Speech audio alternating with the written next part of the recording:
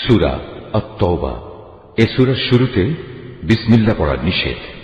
হে মুসলমানরা, মুশরিকদের সাথে তোমরা যে সন্ধি চুক্তি সম্পাদন করে রেখেছিলে, আল্লাহ তাআলা ও তার রাসূলের পক্ষ থেকে তোমাদের তা থেকে অব্যাহতি রয়েছে। অতএব হে মুশরিকরা, তোমরা আরো 4 মাস পর্যন্ত এ পবিত্র ভূখণ্ডে চলাফেরা করে নাও এবং জেনে রেখো তোমরা কখনো আল্লাহ তাআলার ফয়সালা থেকে পালাতে পারবে না। তবে আল্লাহ তাআলা অবশ্যই কাফেরদের অপমানিত করবেন। আজ মহান হজের এদিনে দুনিয়ার মানুষের প্রতি আল্লাহ তাআলা ও তার রাসূলের ঘোষণা এই যে আল্লাহ তাআলা মুশরিকদের সাথে চুক্তির বাধ্যবাধকতা থেকে মুক্ত এবং মুক্ত তার রাসূল। হে মুশরিকরা, যদি তোমরা এখনো তওবা করো তাহলে তাই হবে তোমাদের জন্য কল্যাণকর, আর যদি তোমরা মুখ ফিরিয়ে নাও তাহলে জেনে রেখো আল্লাহ তাআলার ফয়সালা থেকে তোমরা কখনো পালাতে পারবে না।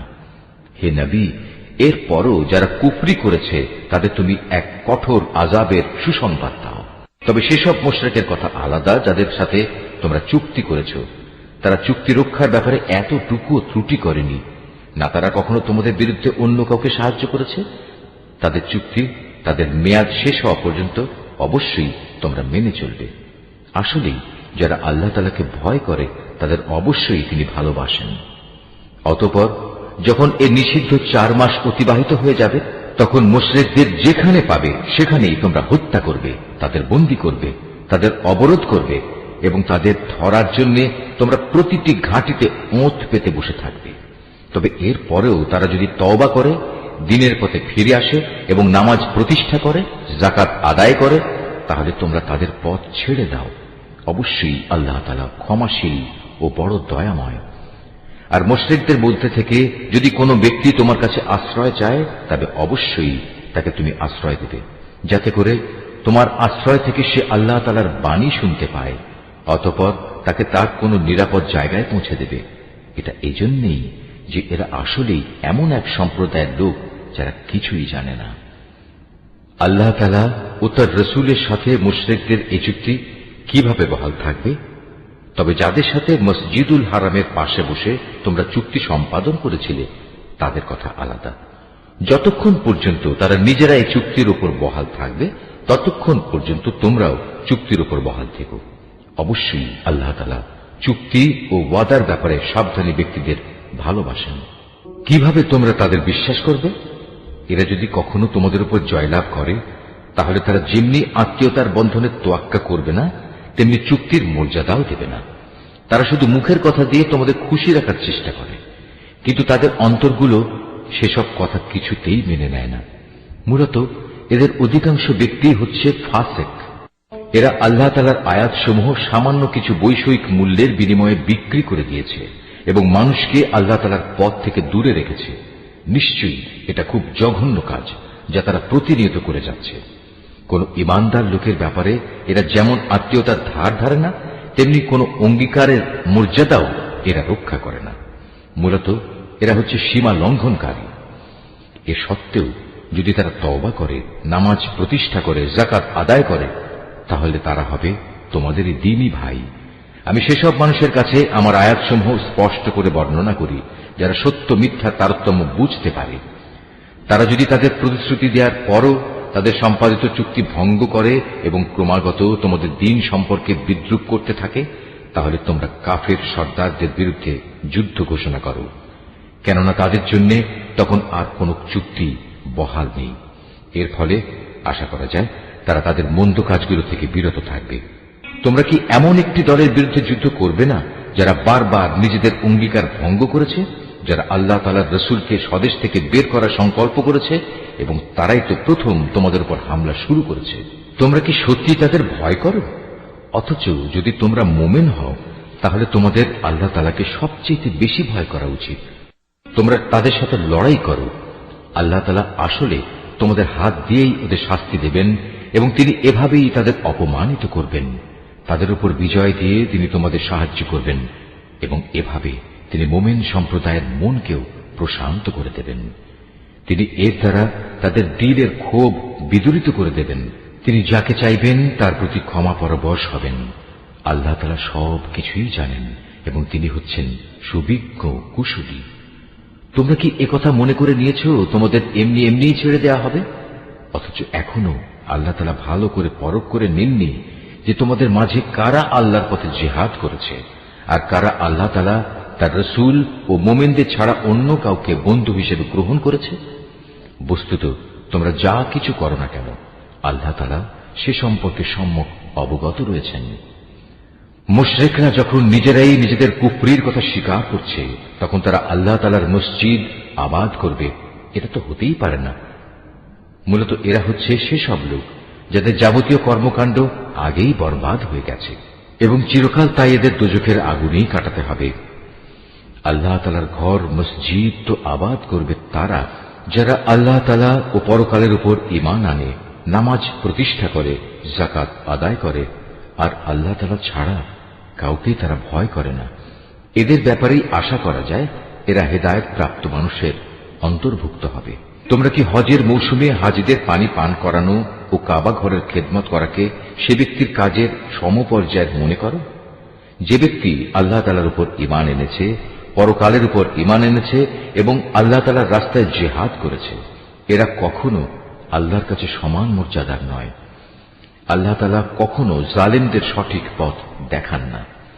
যারা আল্লাহ তাআলার উপর ঈমান এনেছে তাঁরই সন্তুষ্টির জন্য হিজরত করেছে এবং আল্লাহ তাআলার পথে তাদের জান মাল দিয়ে জিহাদ করেছে, তাদের মর্যাদা আল্লাহ তাআলার কাছে সবার চাইতে বড় এবং এ ধরনের লোকেরাই পরিণামে সফল কাম হবে। তাদের মালিক তাদের জন্য নিজ তরফ থেকে দয়া, সন্তুষ্টি ও এমন এক সুরম্য জান্নাতের সুসংবাদ দিচ্ছেন যেখানে তাদের জন্য চিরস্থায়ী নিয়ামতের সামগ্রীসমূহ সাজানো রয়েছে। সেখানে তারা হবে চিরস্থায়ী। নিশ্চয়ই আল্লাহ তাআলার কাছে মুমিনদের জন্য মহাপুরস্কার সংরক্ষিত রয়েছে। হে ঈমানদার ব্যক্তিরা, যদি তোমাদের পিতা ও ভাই কখনো ঈমানের উপর কুফরিকেই বেশি ভালোবাসে তাহলে তোমরা এমন লোকদের কখনো বন্ধুরূপে গ্রহণ করো না। তোমাদের মধ্যে যারা এ ধরনের লোকদের নিজেদের বন্ধু হিসেবে গ্রহণ করে তারা হচ্ছে সুস্পষ্ট জালেম।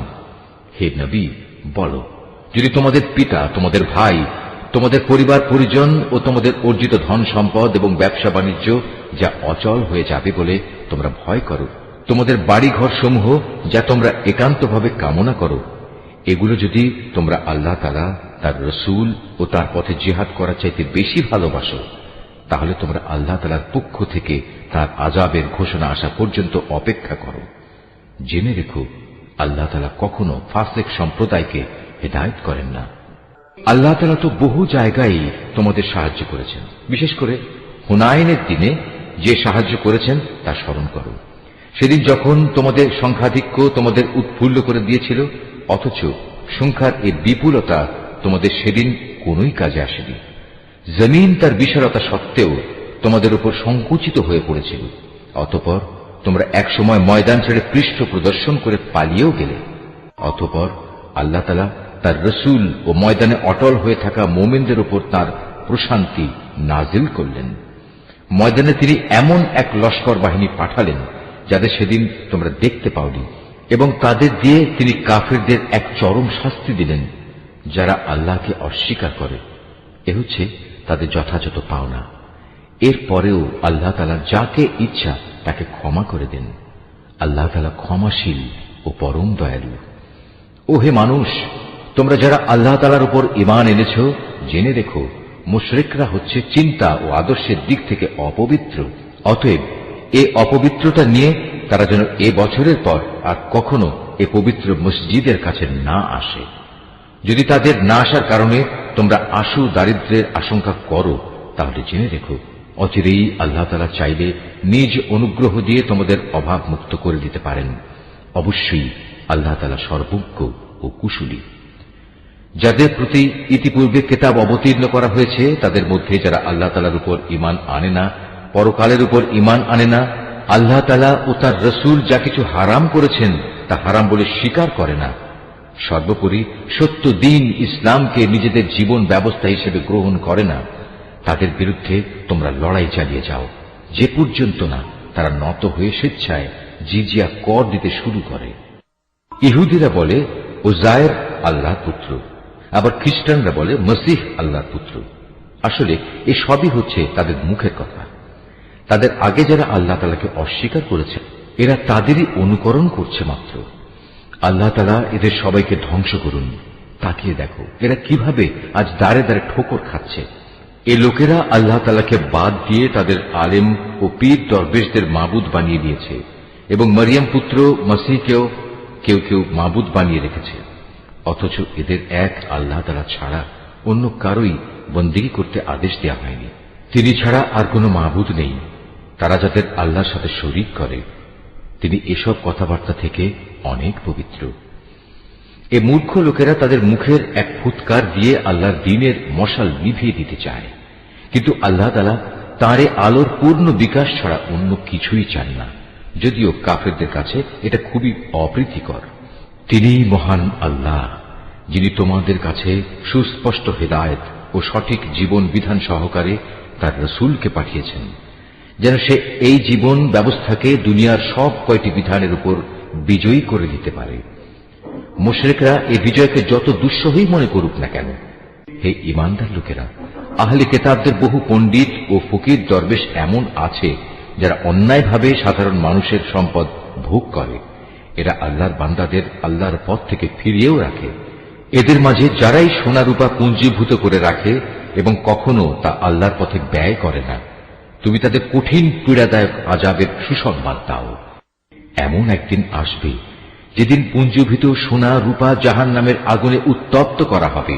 অতঃপর তা দিয়ে যারা এগুলো জমা করে রেখেছিল তাদের কপালে, তাদের পার্শ্বে ও তাদের পিঠে চিহ্ন এঁকে দেওয়া হবে এবং তাদের উদ্দেশ্য করে বলা হবে, এ হচ্ছে তোমাদের সে সম্পদ যা তোমরা নিজেদের জন্য জমা করে রেখেছিলে। অতএব যা কিছু সেদিন তোমরা জমা করেছিলে আজ তার স্বাদ গ্রহণ করো। আসমান সমূহ ও পৃথিবী সৃষ্টির দিন থেকেই আল্লাহ তাআলার বিধানে মাসের সংখ্যা লেখা ছিল 12টি। এই 12টির মধ্যে 4টি হচ্ছে যুদ্ধ বিগ্রহের জন্য নিষিদ্ধ মাস। এটা আল্লাহর প্রণীত নির্ভুল ব্যবস্থা। অতএব তার ভেতরে হানাহানি করে তোমরা নিজেদের উপর জুলুম করো না। তোমরা যখন মুশরিকদের সাথে যুদ্ধ করবে তখন সবাই একসাথে মিলিত হয়ে তাদের মোকাবেলা করবে, যেমনি ভাবে তারাও একসাথে তোমাদের বিরুদ্ধে লড়াই করছে। জেনে রেখো, যারা আল্লাহ তাআলাকে ভয় করে আল্লাহ তাআলা অবশ্যই তাদের সাথে রয়েছেন। নিষিদ্ধ মাসকে হীন ও স্বার্থে মুলতবি করা কিংবা তা আগপাচ করা তো কুফরির মাত্রায় বৃদ্ধি করে। এর ফলে কাফেরদের আরো বেশি গোমরাহিতে নিমজ্জিত করে দেয়া হয়। এই লোকেরা এক বছর কোনো মাসকে নিজেদের প্রয়োজনে হালাল করে নেয়, আবার পরবর্তী কোনো বছরে সে মাসকে তারা হারাম বানিয়ে নেয়, যেন এভাবে আল্লাহ তাআলা যে মাসগুলো হারাম করেছেন তার সংখ্যাও পূরণ হয়ে যায়। আবার আল্লাহ তাআলা যা হারাম করেছেন তাও মাঝে মাঝে হালাল হয়ে যায়। বস্তুত তাদের অন্যায় কাজগুলো এভাবেই তাদের কাছে শোভনীয় করে দেয়া হয়েছে। আর আল্লাহ তাআলা কখনো কাফের সম্প্রদায়কে সঠিক পথের দিশা দেন না। ওহে মানুষ, তোমরা যারা আল্লাহ তাআলার উপর ঈমান এনেছো, এ কি হলো তোমাদের? যখন তোমাদের আল্লাহ তাআলার পথে কোনো অভিযানে বের হতে বলা হয় তখন তোমরা জমিন আঁকড়ে ধরো। তোমরা কি আখিরাতের সমৃদ্ধির তুলনায় এ দুনিয়ার জীবনকে বেশি ভালোবাসো?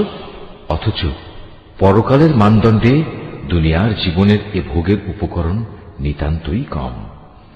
তোমরা যদি কোনো অভিযানে বের না হও তাহলে এ অবাধ্যতার জন্য তিনি তোমাদের কঠিন শাস্তি দেবেন এবং তোমাদের অন্য এক জাতি দ্বারা বদল করে দেবেন।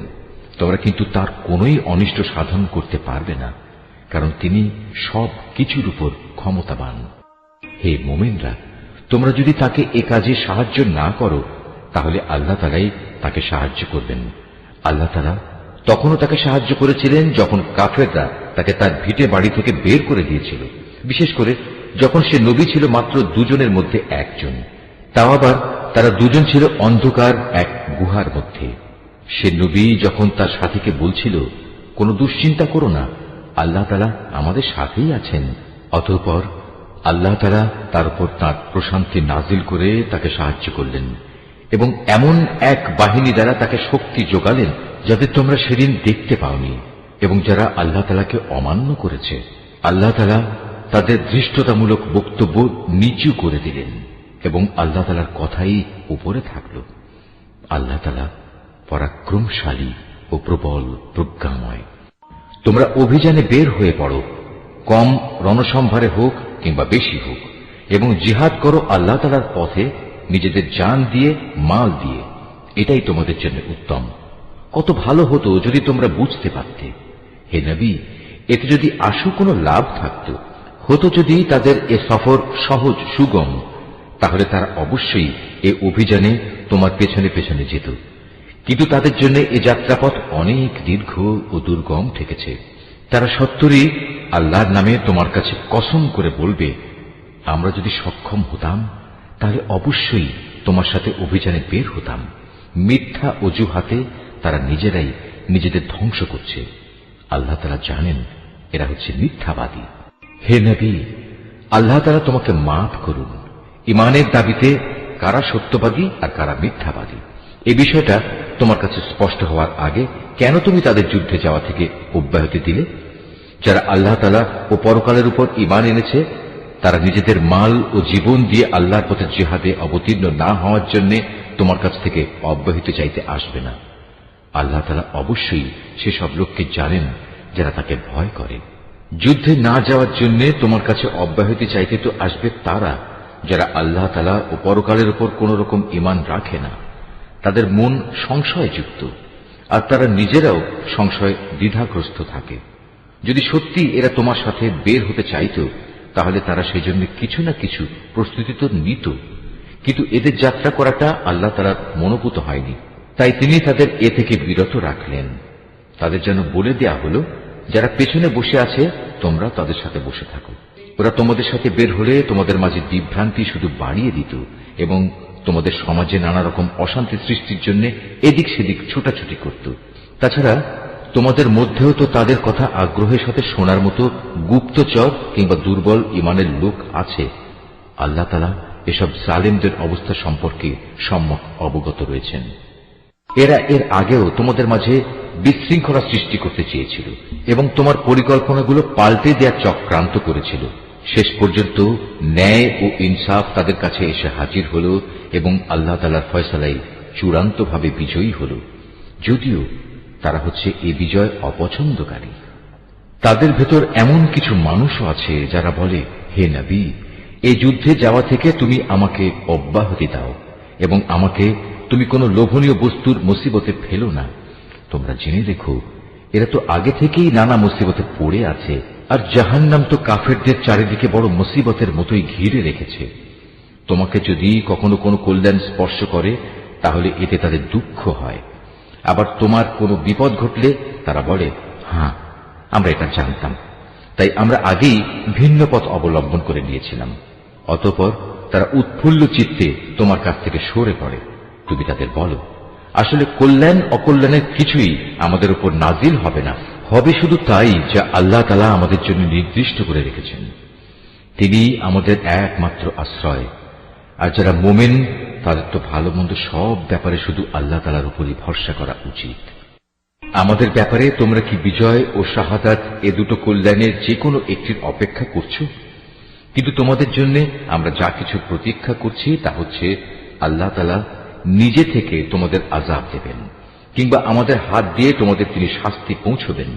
অতএব তোমরা অপেক্ষা করো, আমরাও তোমার সাথে অপেক্ষা করছি।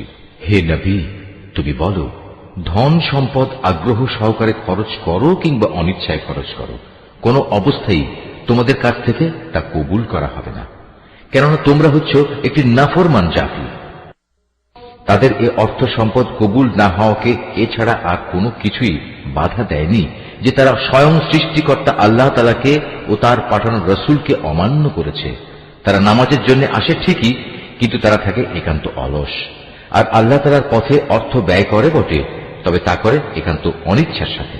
সুতরাং হে নবী, ওদের মাল সম্পদ ও সন্তান সন্ততি যেন তোমাকে কখনো আশ্চর্যান্বিত না করে। আল্লাহ তাআলা মূলত এ সব কিছু দিয়ে তাদের এ দুনিয়ার জীবনে এক ধরনের আযাবই ফেলে রাখতে চান, আর যখন তাদের দেহ থেকে জান বের হয়ে যাবে তখন তারা কাফের অবস্থায় থাকবে। এরা আল্লাহ তাআলার নামে কসম করে বলে এরা তোমাদের দলের লোক, অথচ আল্লাহ তাআলা নিজেই বলেছেন এরা কখনোই তোমাদের লোক নয়। এরা হচ্ছে মূলত একটি ভীত সন্ত্রস্ত জাতি, এত ভীত যে তারা যদি এতটুকু আশ্রয়স্থল কোথাও পেয়ে যায় কিংবা পায়, যদি মাথা লুকোবার মতো কোনো গিরিগুহা অথবা জমিনের ভেতর ঢুকে পালাবার কোনো জায়গা, তাহলে অবশ্যই তারা তোমাদের ভয়ে এসব জায়গার দিকে দ্রুত পালিয়ে হলেও বাঁচার চেষ্টা করত। এদের মাঝে এমনও লোক আছে যারা বিশেষ অনুদানের ভাগ বন্টনের ব্যাপারেও তোমার উপর দোষারোপ করে, কিন্তু সে অংশ যদি তাদের দেয়া হয় তাহলে তারা খুবই সন্তুষ্ট হয়। আবার তাদের যদি তা দেয়া না হয় তাহলে তারা বিক্ষুব্ধ হয়ে ওঠে। যদি তারা এর উপর সন্তুষ্ট হতো যা আল্লাহ তাআলা ও তার রসুল তাদের দিয়েছেন, তাহলে তা কতই না ভালো হতো। সে অবস্থায় তারা বলতো, আল্লাহ তাআলাই আমাদের জন্য যথেষ্ট। অচিরেই আল্লাহ তাআলা তার অনন্ত ভান্ডার থেকে আমাদের অনেক দেবেন এবং তার রসুলও আমাদের অনেক দান করবেন। আমরা তো আল্লাহ সন্তুষ্টির দিকেই তাকিয়ে আছি। এসব সাদাকা যাকাতের অর্থ হচ্ছে ফকির মিসকিনদের জন্য, এ ব্যবস্থার আওতাধীন কর্মচারীদের জন্য, যাদের অন্তঃকরণ দ্বীনের প্রতি অনুরাগী করা প্রয়োজন তাদের জন্য, কোন ব্যক্তিকে গোলামির বন্ধন থেকে আজাদ করার জন্য, ঋণগ্রস্ত ব্যক্তির ঋণ মুক্তির জন্য, আল্লাহ তাআলার পথে সংগ্রামী ও মুসাফিরদের জন্য এই সাদকার অর্থ ব্যয় করতে হবে। এটা আল্লাহ তাআলার নির্ধারিত ফরজ। নিঃসন্দেহে আল্লাহ তাআলা সব কিছু জানেন এবং তিনিই হচ্ছেন বিজ্ঞ কুশলী। তাদের মধ্যে এমন কিছু লোক আছে যারা আল্লাহর নবীকে কষ্ট দেয়। তারা বলে, এ ব্যক্তি কান কথায় বিশ্বাস করে। হে নবী, তুমি তাদের বলো, তার কান তাই শুনে যা তোমাদের জন্য কল্যাণকর। সে আল্লাহ তাআলাকে বিশ্বাস করে, মোমেনদের উপর বিশ্বাস রাখে। তোমাদের মধ্যে যারা ঈমান আনে সে তাদের জন্যও আল্লাহ তাআলার রহমত। যারা আল্লাহর রসুলকে কষ্ট দেয় তাদের জন্য কঠোর শাস্তির ব্যবস্থা রয়েছে। এরা তোমাদের খুশি করার জন্য আল্লাহ তাআলার নামে শপথ করে, অথচ এরা যদি সত্যিকার অর্থে মোমেন হতো তাহলে এরা বুঝত খুশি করার জন্য আল্লাহ তাআলা ও তাঁর রসুলের অধিকার হচ্ছে সবচাইতে বেশি। এ মূর্খ লোকেরা কি একথা জানে না?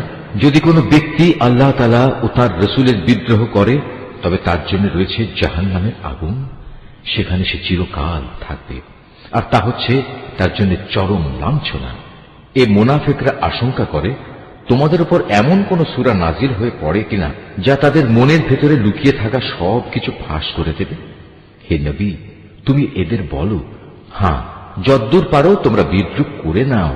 অবশ্যই আল্লাহ তাআলা এমন কিছু নাজিল করবেন যাতে তিনি সব কিছু ফাঁস করে দেবেন যার তোমরা আশঙ্কা করছো। তুমি যদি তাদের কিছু জিজ্ঞেস করো তারা বলবে, না, আমরা তো একটু কথাবার্তা ও হাসি কৌতুক করছিলাম মাত্র। তুমি তাদের বলো, তোমরা কি আল্লাহ তাআলা তার আয়াতসমূহ ও তার রসুলকে বিদ্রুপ করছিলে? হে কাফেররা, তোমরা দোষ ছড়ানোর চেষ্টা করো না। একবার ঈমান আনার পর তোমরাই পুনরায় কাফের হয়ে গিয়েছিলে। আমি যদি তোমাদের এক দলকে তাদের ঈমানের কারণে ক্ষমা করে দিতে পারি তাহলে আরেক দলকে পুনরায় কুফরিতে ফিরে যাবার জন্য ভয়াবহ শাস্তিও দিতে পারি, কারণ এ শেষের দলের লোকেরা ছিল জঘন্য অপরাধী।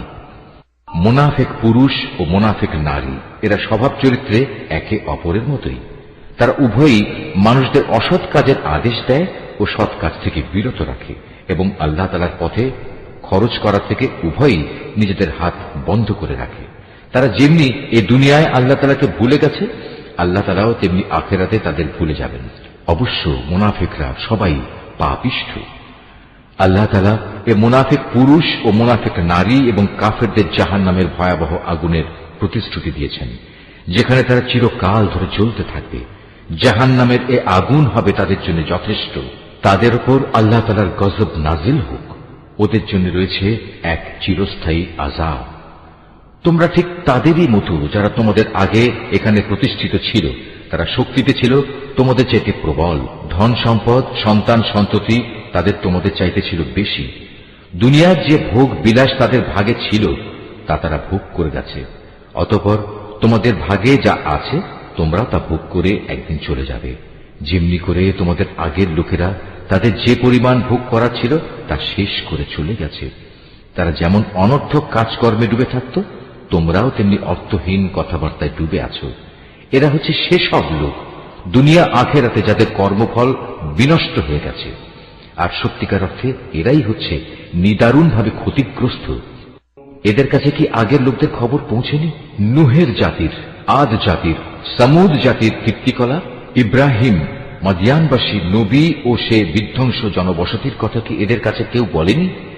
এ সব কয়টি জাতির মানুষের কাছে তাদের রসুলরা আল্লাহ তাআলার পক্ষ থেকে সুস্পষ্ট আয়াত নিয়ে এসেছিল। নবী না পাঠিয়ে কাউকে আযাব দেবেন এমন অবিচার তো আল্লাহ তাআলা তাদের উপর কখনো করতে পারেন না। বস্তুত তারা নিজেরাই নিজেদের উপর জুলুম করেছে। অপরদিকে মোমেন পুরুষ ও মোমেন নারীরা হচ্ছে একে অপরের বন্ধু। এরা অন্য মানুষকে ন্যায় কাজের আদেশ দেয়, অন্যায় কাজ থেকে বিরত রাখে। তারা নামাজ প্রতিষ্ঠা করে, যাকাত আদায় করে, জীবনের সব কাজে আল্লাহ তাআলা ও তার রসুলের বিধানের অনুসরণ করে। এরাই হচ্ছে সেসব মানুষ যাদের উপর আল্লাহ তাআলা অচিরেই তার রহমত নাজিল করবেন। অবশ্যই আল্লাহ তাআলা পরাক্রমশালী, কুশলী। এ ধরনের মোমেন পুরুষ ও মোমেন নারীদের আল্লাহ তাআলা এমন এক সুরম্য জান্নাতের প্রতিশ্রুতি দিচ্ছেন যার তলদেশ দিয়ে ঝর্ণাধারা প্রবাহমান থাকবে, যেখানে তারা চিরদিন অবস্থান করবে। চিরস্থায়ী জান্নাতে তাদের জন্য সুন্দর সুন্দর বাসস্থানের ব্যবস্থা থাকবে। সেদিনের সবচেয়ে বড় নিয়ামত হবে বান্দার প্রতি আল্লাহ তাআলার সন্তোষ। এটাই হবে সেদিনের সবচেয়ে বড় সাফল্য। হে নবী, কাফের ও মুনাফিকদের বিরুদ্ধে জিহাদে অবতীর্ণ হও, ওদের প্রতি কঠোরতা অবলম্বন করো, কেননা এদের চূড়ান্ত আবাসস্থল হবে জাহান্নাম। এটি বড়ই নিকৃষ্ট স্থান। এরা আল্লাহর নামে কসম করে বলে কুফরি শব্দ এরা বলেনি, আসলে এরা কুফরি শব্দ বলেছে এবং তাদের ইসলাম গ্রহণের পরে তারা তা অস্বীকার করেছে। এরা এমন এক কাজে সংকল্প করেছিল যা তারা করতে পারেনি। এর পরেও তাদের প্রতিশোধ নেয়ার এছাড়া আর কি কারণ থাকতে পারে? আল্লাহ ও তার রসুল নিজ অনুগ্রহ দিয়ে তাদের ধনশালী করে দিয়েছিলেন। এখনো যদি এ লোকেরা আল্লাহ তাআলার কাছে তওবা করে তাহলে এটা তাদের জন্যই ভালো হবে। আর যদি তারা সত্য থেকে মুখ ফিরিয়ে নেয় তাহলে আল্লাহ তাআলা দুনিয়া আখিরাত উভয় স্থানেই তাদের কঠিন আযাব দেবেন এবং উপরন্তু এ জমিনে তারা কখনো কোনো বন্ধু কিংবা সাহায্যকারী পাবে না। ওদের মধ্যে এমন কিছু লোক আছে যারা আল্লাহর সাথে ওয়াদা করেছিল, যদি আল্লাহ তাআলা নিজ অনুগ্রহে আমাদের সম্পদ দান করেন তাহলে আমরা অবশ্যই তার একাংশ আল্লাহর পথে দান করব এবং সত্যি আমরা নেক লোকদের অন্তর্ভুক্ত হয়ে যাব। অতঃপর যখন আল্লাহ তাআলা নিজ অনুগ্রহের ভান্ডার থেকে তাদের ধন সম্পদ দান করলেন তখন তারা দানের বদলে কার্পণ্য করতে শুরু করল এবং আল্লাহ তাআলাকে দেয়া ওয়াদা থেকে তার গোঁড়ামির সাথেই ফিরে এল। অতঃপর আল্লাহ তাআলা তাদের অন্তরে মুনাফিকি বদ্ধমূল করে দিলেন সেদিন পর্যন্ত যেদিন তারা আল্লাহ তাআলার সাথে সাক্ষাৎ করবে। এটা এ কারণে এরা আল্লাহ তাআলার কাছে যে ওয়াদা করেছিল তা ভঙ্গ করেছে। আসলেই এরা ছিল ভয়ানক মিথ্যাবাদী। এই লোকেরা কি একথা জানত না? তাদের সব গোপন কথা ও সব সলা পরামর্শ সম্পর্কে আল্লাহ তাআলা জানেন এবং যা কিছু অদৃশ্য অদেখা আল্লাহ তাআলা সে সম্পর্কেও বিশেষভাবে অবহিত। আল্লাহ তাআলা তাদের ব্যাপারেও সম্যক অবগত আছেন যারা সেসব ইমানদার ব্যক্তিদের দোষারোপ করে, যারা আন্তরিক নিষ্ঠা ও আগ্রহের সাথে আল্লাহ তাআলার পথে দান করে এবং যারা দান করার মতো নিজেদের পরিশ্রম লব্ধ সামান্য কিছু সম্পদ ছাড়া কিছুই পায় না। এ সব মুমিনের সাথে মুনাফিকদের এ দলের লোকেরা হাসি ঠাট্টা করে। এই বিদ্রুপকারীদের স্বয়ং আল্লাহ তাআলাও বিদ্রুপ করতে থাকেন। পরকালে তাদের জন্য রয়েছে কঠিন আযাব। হে নবী, এমন লোকদের জন্য তুমি আল্লাহ তাআলার কাছে ক্ষমা প্রার্থনা করো আর না করো, দুটোই সমান। তুমি যদি 70 বারও তাদের জন্য আল্লাহর কাছে মাপ চাও, আল্লাহ তাআলা কখনো তাদের মাফ করবেন না, কেননা এরা জেনে বুঝে আল্লাহ তাআলা ও তার রসুলকে অস্বীকার করেছে। আসলে আল্লাহ তাআলা কখনো নাফরমান লোকদের হেদায়েত করেন না। যারা তাবুকের যুদ্ধে না গিয়ে পেছনে পড়ে থাকল, তারা এভাবে রসুলের ইচ্ছার বিরুদ্ধে নিজেদের ঘরে বসে থাকতে পেরে খুব খুশি হয়ে গেল। মূলত তারা তাদের জান মাল দিয়ে আল্লাহর পথে জিহাদ করাটা পছন্দ করল না, বরং বলল, এ ভীষণ গরমে তোমরা বাইরে যেও না। হে নবী, তুমি তাদের বলো, জাহান্নামের আগুন তো এর চাইতেও বেশি গরম। কত ভালো হতো এ লোকগুলো যদি এ কথাটা বুঝতে পারত।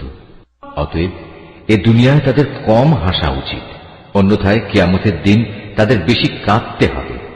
তারা যা গুনাহ এখানে অর্জন করেছে তাই হবে তাদের সেদিনের যথার্থ বিনিময়।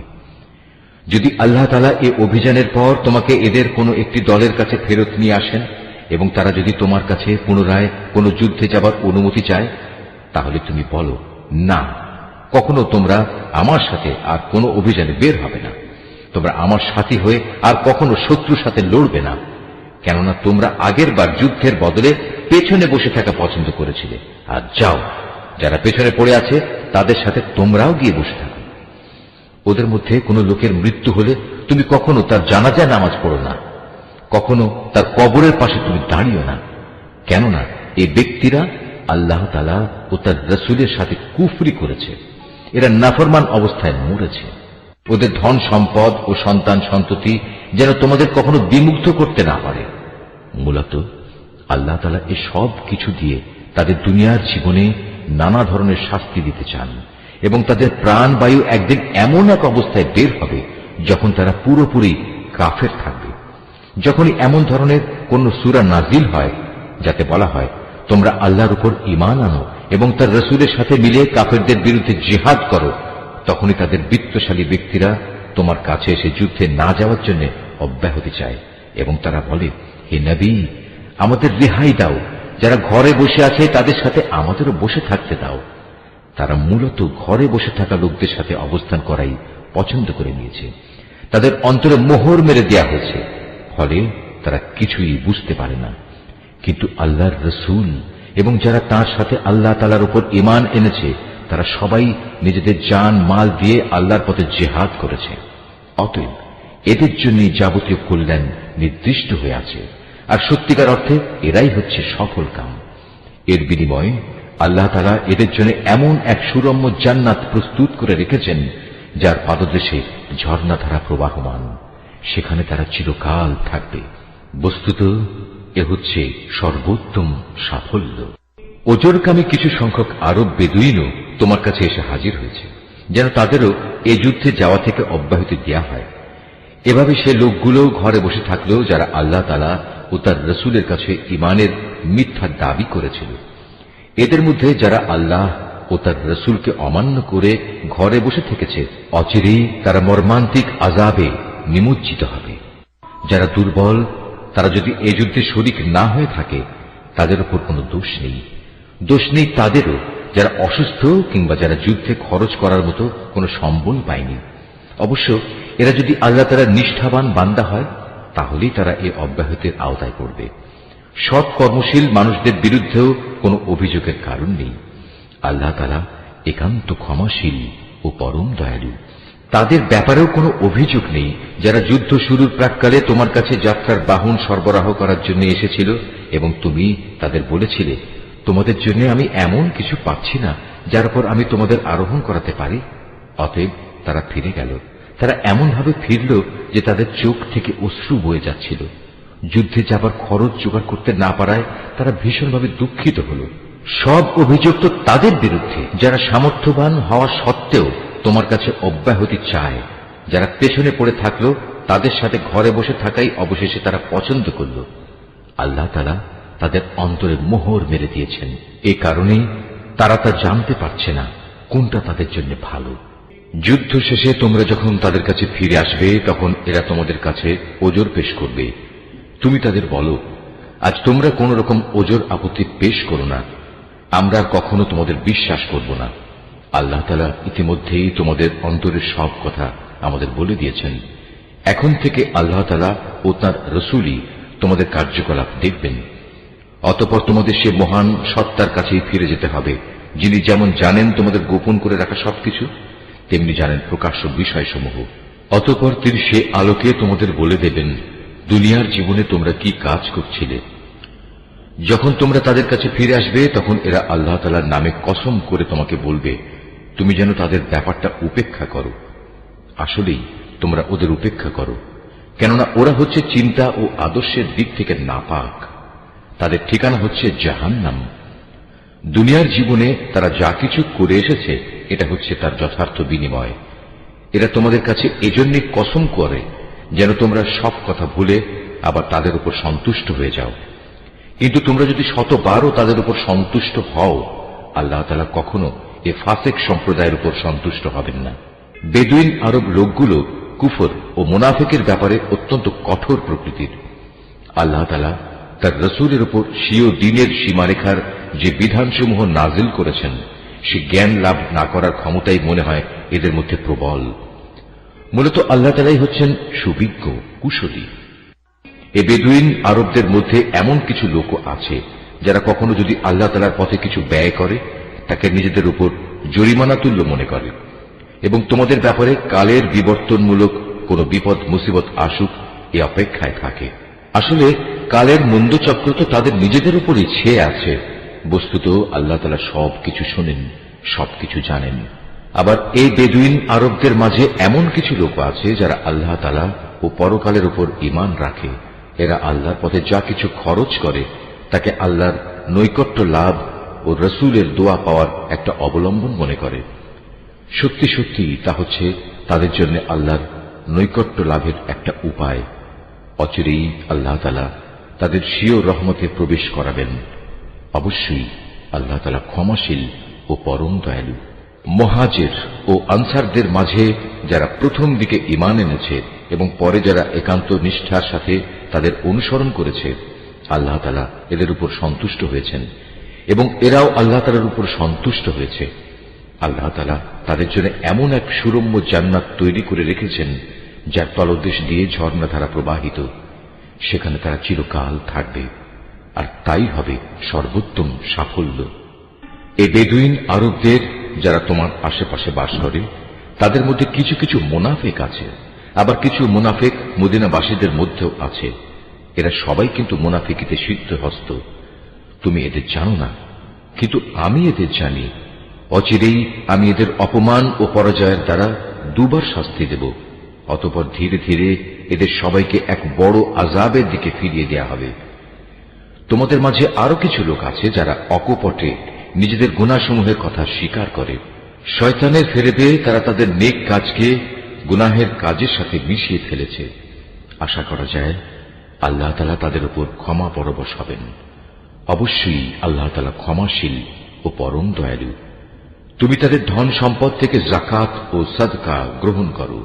সাদকা তাদের পাক সাফ করে দেবে, তা দিয়ে তাদের পরিশোধিত করে দেবে। তুমি তাদের জন্য দোয়া করবে, কেননা তোমার দোয়া তাদের জন্য হবে পরম সান্ত্বনা। আল্লাহ তাআলা সব কিছু শোনেন এবং সবকিছু জানেন। তারা কি এ কথাটা জানে না আল্লাহ তাআলা তার বান্দাদের তওবা কবুল করেন এবং তিনি যাকাত ও সাদকা গ্রহণ করেন? নিশ্চয়ই আল্লাহ তাআলা হচ্ছেন তওবা গ্রহণকারী ও পরম দয়ালু। হে নবী, এদের তুমি বলো তোমরা ভালো কাজ করো। আল্লাহ তাআলা, তার রাসূল ও মুমিনরা তোমাদের ভবিষ্যৎ কর্মকাণ্ড পর্যবেক্ষণ করবেন। অতঃপর মৃত্যুর পর তোমাদের সবাইকে এমন এক সত্তার দিকে ফিরিয়ে দেয়া হবে যিনি দেখা অদেখা সবকিছু সম্পর্কেই সম্যক অবগত। সেদিন তিনি তোমাদের বলে দেবেন তোমরা দুনিয়ার জীবনে কোন ধরনের কাজ করছিলে। তোমাদের মাঝে আরো একটি দল রয়েছে যাদের ব্যাপারে এখনো আল্লাহ তাআলার সিদ্ধান্তের আশা করা হচ্ছে। আল্লাহ তাআলা তাদের হয় শাস্তি দেবেন, না হয় তিনি তাদের তওবা কবুল করবেন। বস্তুত আল্লাহ তাআলা হচ্ছেন সুবিজ্ঞ, কুশলী। মুনাফিকদের মধ্যে এমন লোকও আছে যারা তোমাদের ক্ষতি সাধন করার জন্য একটি মসজিদ বানিয়েছে। এর একমাত্র উদ্দেশ্য হচ্ছে আল্লাহ তাআলার বিরোধিতা করা, মুসলমানদের মধ্যে অনৈক্য সৃষ্টি করা। সর্বোপরি আগে যেসব লোক আল্লাহ তাআলা ও তার নবীর বিরুদ্ধে যুদ্ধ করেছে তাদের জন্য গোপন ঘাঁটি সরবরাহ করা। এরা তোমাদের কাছে শক্ত কসম খেয়ে বলবে আমরা সৎ উদ্দেশ্য ছাড়া অন্য কোনো কারণেই এটা করিনি। আল্লাহ তাআলা নিজে সাক্ষ্য দিচ্ছেন এরা হচ্ছে মিথ্যাবাদী। তুমি ইবাদতের উদ্দেশ্যে কখনো সেখানে দাঁড়াবে না। তোমার তো দাঁড়ানো উচিত সেখানে যে মসজিদ প্রথম দিন থেকেই আল্লাহর ভয়ের উপর প্রতিষ্ঠিত হয়েছে। সেখানে এমন কিছু মানুষ আছে যারা ঈমান ও আমলের ক্ষেত্রে নিজেরা সব সময় পাক পবিত্র হওয়া পছন্দ করে, আর আল্লাহ তাআলাও এই পাক সাফ লোকদেরই ভালোবাসেন। যে ব্যক্তি তার ঘরের ভিত্তি স্থাপন করেছে আল্লাহর ভয় ও আল্লাহর সন্তুষ্টির উপর, সে ব্যক্তি উত্তম, না যে ব্যক্তি তার ঘরের ভিত্তি দাঁড় করিয়েছে পতন উন্মুখ একটি গর্তের কিনারায় এবং যা তাকে সহ অচিরেই জাহান্নামের অতল আগুনের খাদে গিয়ে পড়বে। আল্লাহ তাআলা কখনো জালেম সম্প্রদায়কে হেদায়েত দেন না। ওরা যা বানিয়েছে তা হামেশাই তাদের অন্তরে একটি সন্দেহের বীজ হয়ে আটকে থাকবে, যে পর্যন্ত না ওদের অন্তরসমূহ ছিন্ন বিচ্ছিন্ন হয়ে যাবে, ততদিন পর্যন্ত তা অব্যাহত থাকবে। আল্লাহ তাআলা সর্বজ্ঞ ও প্রবল প্রজ্ঞাময়। অবশ্যই আল্লাহ তাআলা মুমিনদের কাছ থেকে জান্নাতের বিনিময়ে তাদের জান ও তাদের মাল খরিদ করে নিয়েছেন। এরা আল্লাহর পথে জিহাদ করে, অতঃপর এ জিহাদে কখনো কাফেরদের তারা হত্যা করে, কখনো আবার শত্রু হাতে তারা নিজেরা নিহত হয়। মুমিনদের সাথে এ খাঁটি ওয়াদা এর আগে তাওরাত এবং ইনজিলেও করা হয়েছিল, আর এখন তা এ কোরআনে করা হচ্ছে। এই ওয়াদা পালন করা আল্লাহ তাআলার নিজস্ব দায়িত্ব, আর আল্লাহর চাইতে কে বেশি ওয়াদা পূরণ করতে পারে? অতএব হে মুমিনরা, তোমরা তার সাথে যে কেনাবেচার কাজটি সম্পন্ন করলে তাতে আনন্দ প্রকাশ করো, এবং এটি হচ্ছে এক মহা সাফল্য। যারা আল্লাহর দরবারে তওবা করে, নিষ্ঠার সাথে তার ইবাদত করে, তার প্রশংসা করে, তার জন্য রোজা রাখে, তার জন্য রুকু সাজদা করে, যারা অন্যদের ভালো কাজের আদেশ দেয় এবং মন্দ কাজ থেকে বিরত রাখে, সর্বোপরি যারা জীবনের সকল পর্যায়ে আল্লাহ তাআলার নির্ধারিত হালাল হারামের সীমা রক্ষা করে চলে, হে নবী, তুমি এ ধরনের সব মুমিনদের জান্নাতের সুসংবাদ দাও। নবী ও তার ঈমানদার সাথীদের জন্য এটা মানায় না যে তারা মুশরিকদের জন্য কখনো মাগফিরাতের দোয়া করবে, এমনকি যদি তারা তাদের ঘনিষ্ঠ আত্মীয় হয়, যখন এটি পরিষ্কার হয়ে গেছে যে তারা আসলেই জাহান্নামের অধিবাসী। ইব্রাহিমের স্বীয় পিতার জন্য মাগফিরাতের ব্যাপারটি একটি ওয়াদা প্রতিপালন ছাড়া আর কিছুই ছিল না, যা সে তার পিতার কাছে আগেই করে রেখেছিল।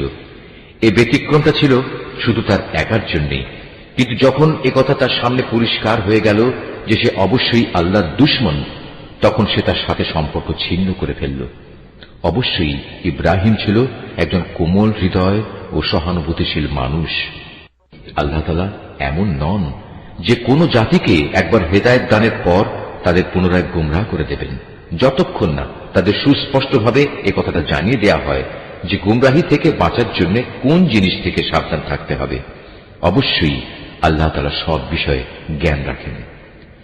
আকাশমণ্ডলী ও পৃথিবীর সার্বভৌম ক্ষমতা একমাত্র আল্লাহ তাআলার হাতেই। তিনিই জীবন দেন, তিনিই মৃত্যু ঘটান। আল্লাহ তাআলা ছাড়া তোমাদের কোনো অভিভাবক নেই, নেই কোনো সাহায্যকারীও। অবশ্যই আল্লাহ তাআলা তার নবীর উপর অনুগ্রহ করেছেন মুহাজিরদের উপর, আনসারদের উপর, যারা একান্ত কঠিন সময়ে তার অনুগমন করেছিল, তাদের সবার উপর। এমনকি যখন তাদের একটি ছোট্ট দলের চিন্তা একটু বাঁকা পথে ঝুঁকে পড়ার উপক্রম হয়ে পড়েছিল, অতঃপর আল্লাহ তাআলা এদের সবার উপর দয়া করলেন। নিশ্চয়ই তিনি ছিলেন তাদের প্রতি দয়ালু ও অনুগ্রহশীল। সে তিন ব্যক্তির উপরও আল্লাহ তাআলা দয়া করলেন, যাদের ব্যাপারে সিদ্ধান্ত মুলতবি করে রাখা হয়েছিল। তাদের অবস্থা এমন এক পর্যায়ে এসে পৌঁছল যে জমিন তার বিশালতা সত্ত্বেও তাদের উপর সংকুচিত হয়ে গেল। এমনকি তাদের নিজেদের জীবন নিজেদের কাছে দুর্বিষহ হয়ে পড়ল। তারা একথা উপলব্ধি করতে সক্ষম হল যে আসলেই আল্লাহ তাআলা ছাড়া তাদের আর কোনো জায়গা নেই যেখানে কোনো আশ্রয় পাওয়া যাবে। অতঃপর আল্লাহ তাআলা তাদের উপর অনুগ্রহ করলেন যেন তারা তওবা করে পুনরায় তার কাছে ফিরে আসতে পারে। অবশ্যই আল্লাহ তাআলা ক্ষমাশীল ও পরম দয়ালু। হে ঈমানদার ব্যক্তিরা, তোমরা আল্লাহ তাআলাকে ভয় করো এবং হামেশা সত্যবাদীদের সাথে থাকো। মদিনার মূল অধিবাসী ও তাদের আশেপাশের বেদুইন আরবদের জন্য এটা সঙ্গত ছিল না যে তারা রাসূলের সহগামী না হয়ে পেছনে থেকে যাবে এবং তার জীবন থেকে নিজেদের জীবনকে বেশি প্রিয় মনে করবে। আসলে এটা এজন্য, আল্লাহ তাআলার পথে তারা যে তৃষ্ণা, ক্লান্তি ও ক্ষুধায় কষ্ট পাবে তা তাদের নেক আমলের মধ্যেই শামিল হবে। তাছাড়া এমন কোন স্থানে তারা যাবে যেখানে যাওয়ায় কাফেরদের তাদের উপর ক্রোধ আসবে এবং শত্রুদের কাছ থেকেও মোকাবেলার সময় তারা কিছু সম্পদ লাভ করবে। মূলত এর প্রতিটি কাজের বদলে তাদের জন্য নেক আমল লেখা হবে। নিশ্চয়ই আল্লাহ তাআলা নেক লোকদের কাজের প্রতিফল বিনষ্ট করবেন না। এভাবেই তারা আল্লাহর পথে যা খরচ করে তা পরিমাণে কম হোক কিংবা বেশি, তা বিনষ্ট হয় না। এবং যদি তারা আল্লাহর উদ্দেশ্যে কোনো প্রান্তর অতিক্রম করে চলে, তাও তাদের জন্য লিপিবদ্ধ হবে, যাতে করে তারা দুনিয়ায় যা কিছু করে এসেছে আখিরাতে আল্লাহ তাআলা তার চেয়ে উত্তম পুরস্কার তাদের দিতে পারেন। মুমিনদের কখনো কোনো অভিযানে সবার একত্রে বের হওয়া ঠিক নয়। তারা এমন কেন করল না যে তাদের প্রত্যেক দল থেকে কিছু কিছু লোক বের হতো এবং দ্বীন সম্পর্কে জ্ঞানানুশীলন করত, অতঃপর যখন তারা অভিযান শেষে নিজ জাতির কাছে ফিরে আসত, তখন তাদের জাতিকে তারা আযাবের ভয় দেখাত। আশা করা যায় এতে তারা সতর্ক হয়ে চলবে। হে ঈমানদার লোকেরা, কাফেরদের মধ্যে যারা তোমাদের সীমান্তের কাছাকাছি রয়েছে তাদের বিরুদ্ধে জিহাদ করো। এমন ভাবে জিহাদ করবে যেন তারা তোমাদের মধ্যে কঠোরতা দেখতে পায়। জেনে রেখো, আল্লাহ তাআলা হামেশাই মুত্তাকি লোকদের সাথে রয়েছেন। যখন কোনো নতুন সূরা নাজিল হয়, তখন এদের কিছু লোক এসে বিদ্রূপের ভাষায় জিজ্ঞেস করে, এ সূরা তোমাদের কার কার ঈমান বৃদ্ধি করেছে? তোমরা বলো, হ্যাঁ, যারা সত্যিই আল্লাহর উপর ঈমান এনেছে, এই সূরা অবশ্যই তাদের ঈমান বৃদ্ধি করেছে এবং এর ফলে তারা আনন্দিতও হয়েছে। আর যাদের অন্তরে ব্যাধি রয়েছে, এ সূরা তাদের মধ্যে আগের জমে থাকা নাপাকির সাথে আরো কিছু নতুন নাপাকি যুক্ত করে তা বাড়িয়ে দিয়েছে এবং তারা এ নাপাক ও কাফের অবস্থায় মারা যাবে। তারা কি দেখতে পায় না প্রতি বছর তাদের কিভাবে বিভিন্ন পরীক্ষায় ফেলে একবার কিংবা দুবার বিপর্যস্ত করা হচ্ছে? এর পরেও তারা তওবা করে না এবং বিপর্যয় থেকে তারা কোনো শিক্ষাও গ্রহণ করে না। আর যখনই কোনো নতুন সূরা নাজিল হয়, তখন তারা পরস্পর চোখ চাওয়াচাওয়ি করে এবং ইশারায় একে অপরকে জিজ্ঞাসা করে, কেউ কি তোমাদের দেখতে পাচ্ছে? অতঃপর তারা হেদায়েত থেকে ফিরে যায়। আর আল্লাহ তাআলা তাদের অন্তরকে এভাবেই সত্য থেকে ফিরিয়ে দিয়েছেন, কেননা এরা হচ্ছে এমন সম্প্রদায়ের লোক যারা কিছু অনুধাবন করে না। হে মানুষ, তোমাদের কাছে তোমাদেরই মধ্যে থেকে এক রসূল এসেছে। তোমাদের কোন রকম কষ্ট ভোগ তার কাছে দুঃসহ। সে তোমাদের একান্ত কল্যাণকামী। ঈমানদারদের প্রতি সে হচ্ছে স্নেহপরায়ণ ও পরম দয়ালু। এর পরেও যদি এরা এমন কল্যাণকামী একজন রসূলের কাছ থেকে মুখ ফিরিয়ে নেয়, তাহলে তুমি তাদের খোলাখুলি বলে দাও, আল্লাহ তাআলাই আমার জন্য যথেষ্ট। তিনি ছাড়া আর কোনো মাবুদ নেই। সমস্যায় সংকটে আমি তাঁর উপরে ভরসা করি এবং তিনিই হচ্ছেন মহান আরশের একচ্ছত্র অধিপতি।